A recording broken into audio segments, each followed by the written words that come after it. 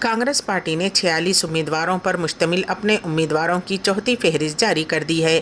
عام انتخابات کے امیدواروں کی اس فہرست میں 2 مسلم امیدوار بھی شامل ہیں۔ کانگریس پارٹی نے سہارنپور سے عمران مسعود اور امروہہ سے دانش علی کو میدان میں اتارا ہے۔ مدھیہ پردیش کی 12 سیٹوں کے لیے، تمل ناڈو کی 7 سیٹوں کے لیے، مہاراشٹر کی 4 سیٹوں کے لیے، راجستھان کی 3 سیٹوں کے لیے، جموں و کشمیر، منی پور، اتراکھنڈ کی 2 سیٹوں کے لیے اور آسام، انڈمان، چندی گڑھ، میزورم، مغربی بنگال کی 1 لوک سبھا سیٹوں کے لیے امیدواروں کے ناموں کا اعلان کر دیا گیا ہے۔ دہلی کے وزیر اعلیٰ اروند کیجریوال نے جیل سے عام آدمی پارٹی کی حکومت چلانے پر اپنا پہلا حکم جاری کیا ہے، جس میں وزیر آبی آتشی کو شہر کے کچھ علاقوں میں پانی اور سیوریج سے متعلق مسائل کو حل کرنے کی ہدایت دی ہے۔ کیجریوال ان دنوں انفورسمنٹ ڈائریکٹوریٹ کی تحویل میں ہیں۔ ایک پریس کانفرنس سے خطاب کرتے ہوئے دہلی کی وزیر آتشی نے کہا کہ ہفتے کو دیر سے موصول ہونے والی ہدایات سے ان کی آنکھوں میں آنسو آ گئے، جب کیجریوال نے اپنی حالت زار کے باوجود دہلی کے لوگوں کے لیے تشویش ظاہر کی۔ کیجریوال کو انفورسمنٹ ڈائریکٹوریٹ نے جمعرات کو ایکسائز پالیسی سے منسلک منی لانڈرنگ کیس کے سلسلے میں ان کی سرکاری رہائش گاہ سے گرفتار کیا تھا۔ جمعہ کو ایک عدالت نے عام آدمی پارٹی کے قومی کنوینر کو 28 مارچ تک مرکزی ایجنسی کی تحویل میں بھیج دیا۔ آتشی نے کہا کہ وزیر اعلیٰ نے ان علاقوں میں پانی کے ٹینکروں کو تعینات کرنے کی بھی ہدایت دی ہے جہاں موسم گرما کے مہینوں کے دوران پانی کی شدید قلت ہوتی ہے۔ ان علاقوں میں پانی کی سربراہی کو مضبوط کرنے کی ہدایت دی۔ وزیر نے کہا کہ کیجریوال نے اس سلسلے میں چیف سیکریٹری و دیگر افسران کو ہدایات جاری کرنے کی ہدایت دی ہے۔ انہوں نے اگر ضرورت پڑی تو لیفٹیننٹ گورنر وی کے سکسینہ کی مدد لینے کا بھی مشورہ دیا ہے اور امید ظاہر کی ہے کہ وہ ہر طرح کی مدد کریں گے۔ بہوجن سماج پارٹی نے لوک سبھا انتخابات 2024 کے لیے اپنے 16 امیدواروں کی پہلی سرکاری فہرست جاری کی ہے۔ بہوجن سماج پارٹی سینٹرل کیمپ آفس کی جانب سے قومی جنرل سیکریٹری میولال گوتم نے ان امیدواروں کے ناموں کا اعلان کیا ہے۔ تاہم بی ایس پی کی طرف سے جن 16 امیدواروں کی فہرست جاری کی گئی ہے ان میں سے زیادہ تر کو مقامی سطح پر زونل کوآرڈینیٹر نے پہلے ہی اعلان کر دیا ہے۔ بی ایس پی کی جانب سے لگاتار کہا جا رہا تھا کہ صرف جو بہوجن سماج پارٹی کی سربراہ مایاوتی ہی سرکاری فہرست جاری کریں گی، صرف اسی کو درست سمجھا جائے گا۔ یہ فہرست بھی آج جاری کی گئی۔ یہ بھی مانا جا رہا تھا کہ بہوجن سماج پارٹی کانگریس کے ساتھ اتحاد کر سکتی ہے، اسی وجہ سے وہ فہرست جاری کرنے میں تاخیر کر رہی ہے، لیکن کل رات کانگریس نے 9 امیدواروں کی فہرست جاری کر دی۔ اس کے بعد بی ایس پی نے اتوار کو دوسرے دن اپنے 16 امیدواروں کی سرکاری فہرست جاری کی۔ ریاست اتر پردیش کے بجنور میں پولیس نے ایک وائرل ویڈیو کے سلسلے میں ایک شخص کو گرفتار کیا ہے اور 3 نابالغوں کو حراست میں لے لیا۔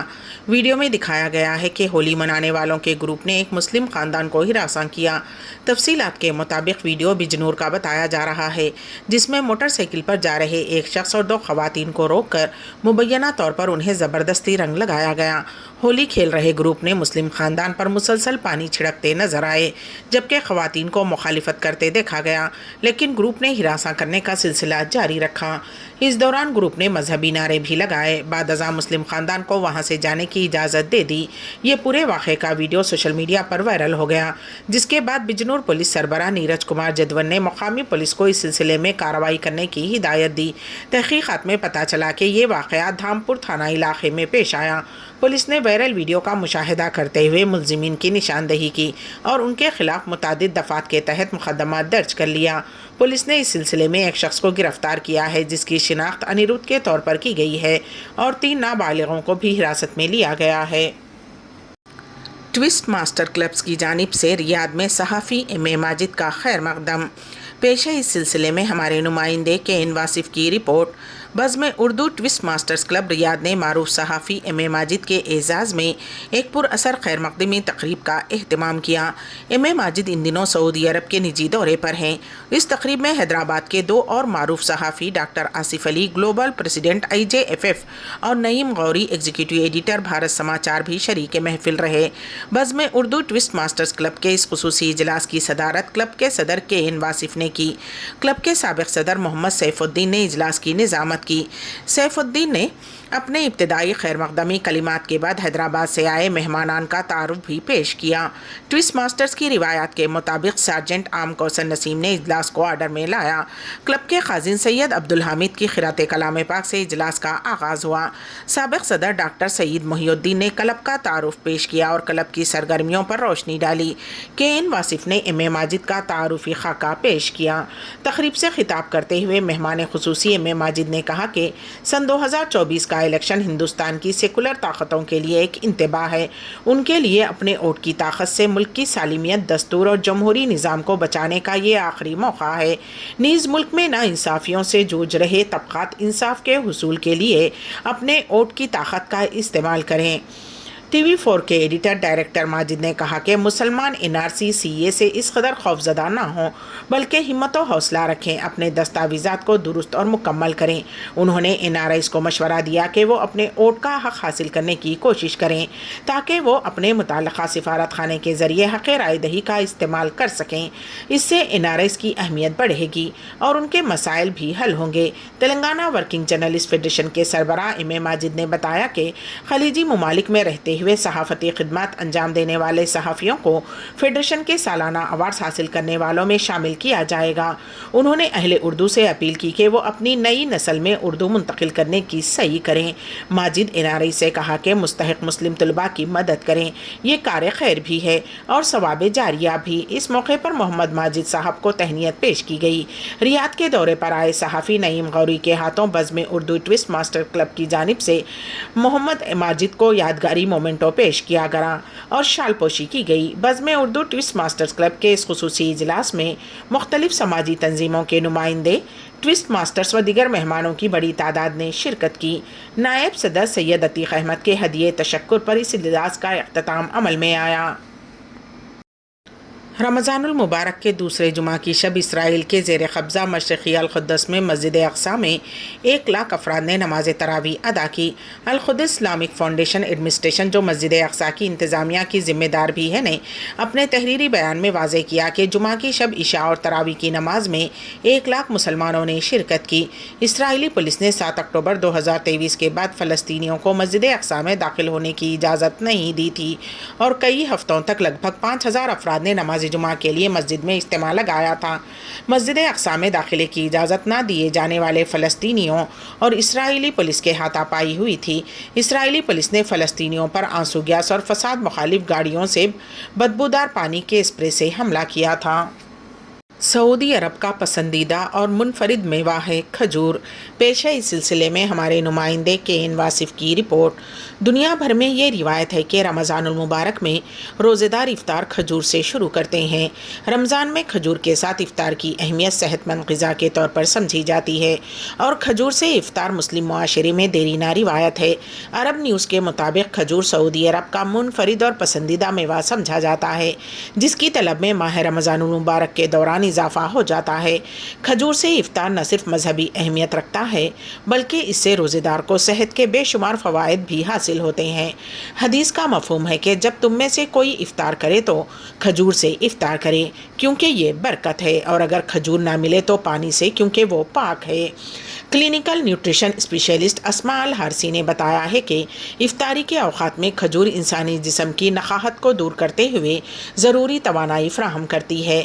اسماء الحارثی نے بتایا کہ کھجور میں شوگر کی اتنی مقدار موجود ہوتی ہے جو روزے کی حالت میں خون میں شوگر کی کمی پوری کرتی ہے۔ اس میں غذائیت کے علاوہ وٹامنز اور ایسی معدنیات موجود ہیں جو ہاضمے کے نظام کو آسان اور درست رکھنے میں مدد کرتی ہیں۔ کھجور مملکت کی معیشت میں بھی اہم کردار ادا کر رہا ہے کیونکہ ملکی اور بین الاقوامی سطح پر اس کی طلب میں اضافہ ہو رہا ہے۔ رمضان کے دوران کھجور افطار کی میز کا اہم جزو ہے اور روزے دار بہترین اقسام کی کھجور خریدنے میں دلچسپی رکھتے ہیں۔